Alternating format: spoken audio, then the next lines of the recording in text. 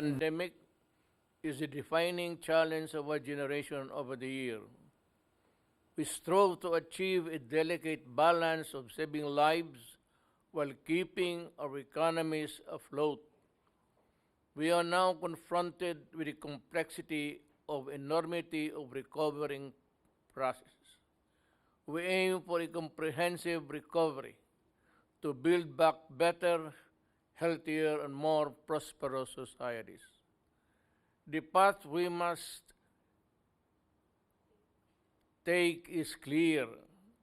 It is that of deeper engagement on the issues, vital issues that bind us together as one Asian community.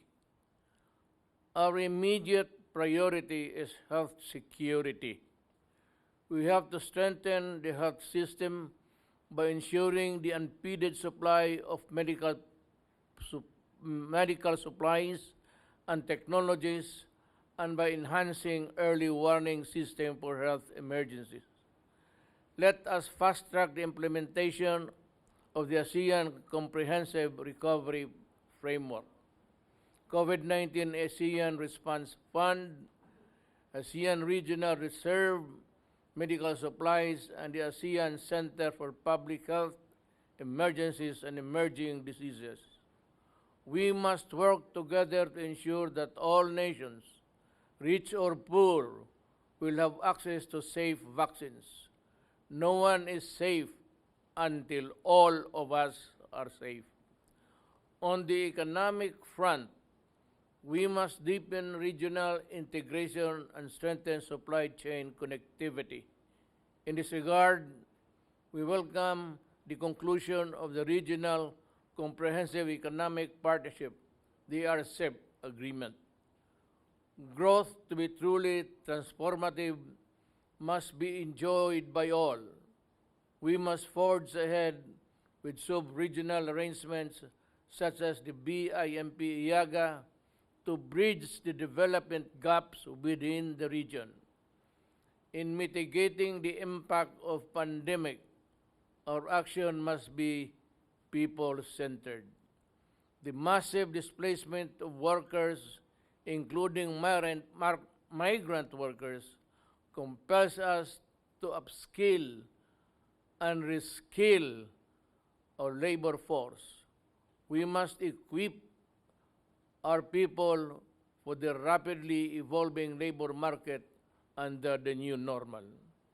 In this light, we welcome support for the Philippines' inaugural chairmanship of the ASEAN Technical and Vocational Education and Training Council.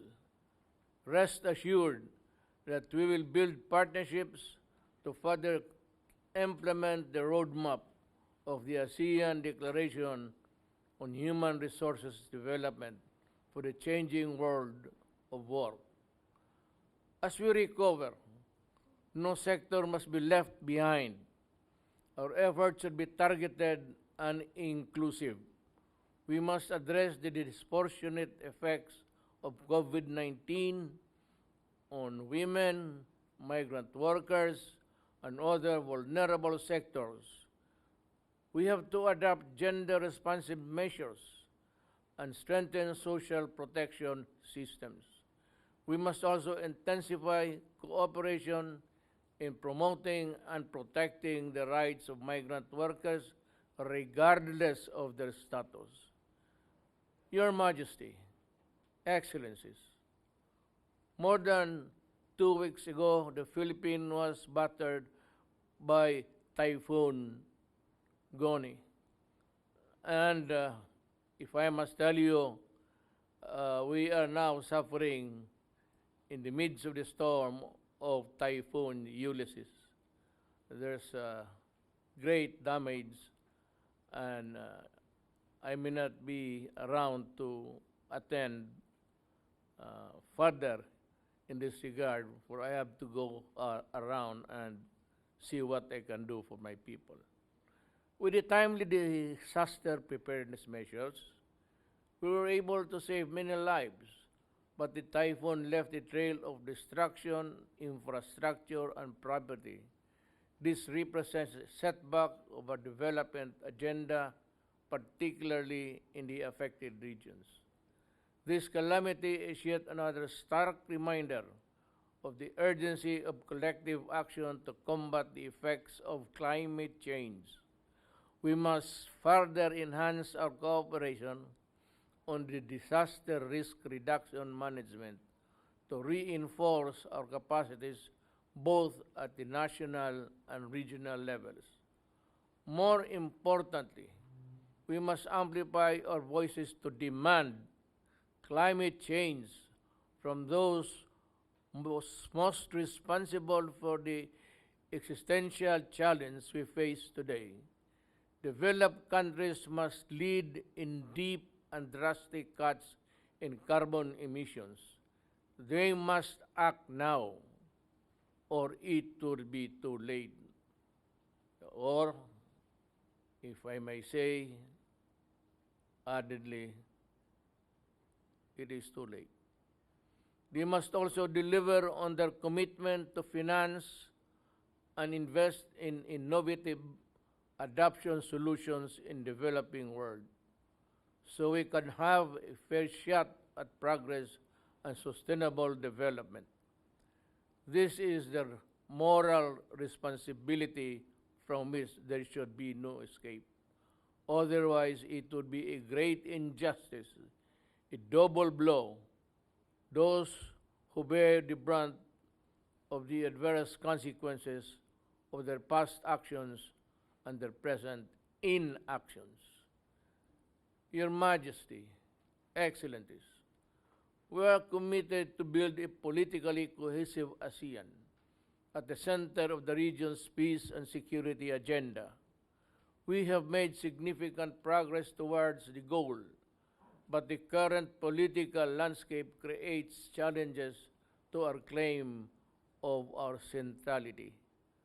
As we chart our community's post-2025 future, it is crucial that we consolidate ASEAN's position in the evolving regional order. Dictated by zero-sum logic, external powers will continue to maneuver to get us to choose camps, and this we must resist consistently and fairly. Peace and stability can only be ensured by an open and inclusive order, where ASEAN remains the fulcrum of regional security processes and mechanisms. ASEAN centrality is not, however, a constant given. We have to work for it to deserve it. We have to enhance our credibility as an independent actor, able to engage all regional stakeholders with vision and strategic coherence. We must, therefore, remain united. We must show that we are masters of a region's destiny and that we can work together to achieve shared aspiration and solve common problems. As I have said before, the South China Sea is the ASEAN strategic challenge. How we deal with this matter lays bare our strengths and weaknesses as a community. We must act with haste. The Philippine position is clear and firm. We must solve the dispute peacefully and in accordance with international law, including UNCLOS. The 2016 arbitral award of the South China Sea is an authoritative interpretation of the application of UNCLOS. It is now part of international law, and its significance cannot be diminished nor ignored by any country, however big and powerful. The Philippines is one with ASEAN in transforming South China Sea into a sea of peace and prosperity for all. We are committed to the immediate conclusion of a substantive and effective code of conduct in the South China Sea. And if I may add, it has been a long time, and it is a long wait. Your Majesty, Excellencies, in closing, allow me to congratulate Vietnam for its adept and responsive chairmanship of ASEAN. This has been a challenging year, and Vietnam delivered the outcomes it had set out and much more. Thank you, Mr. Chair.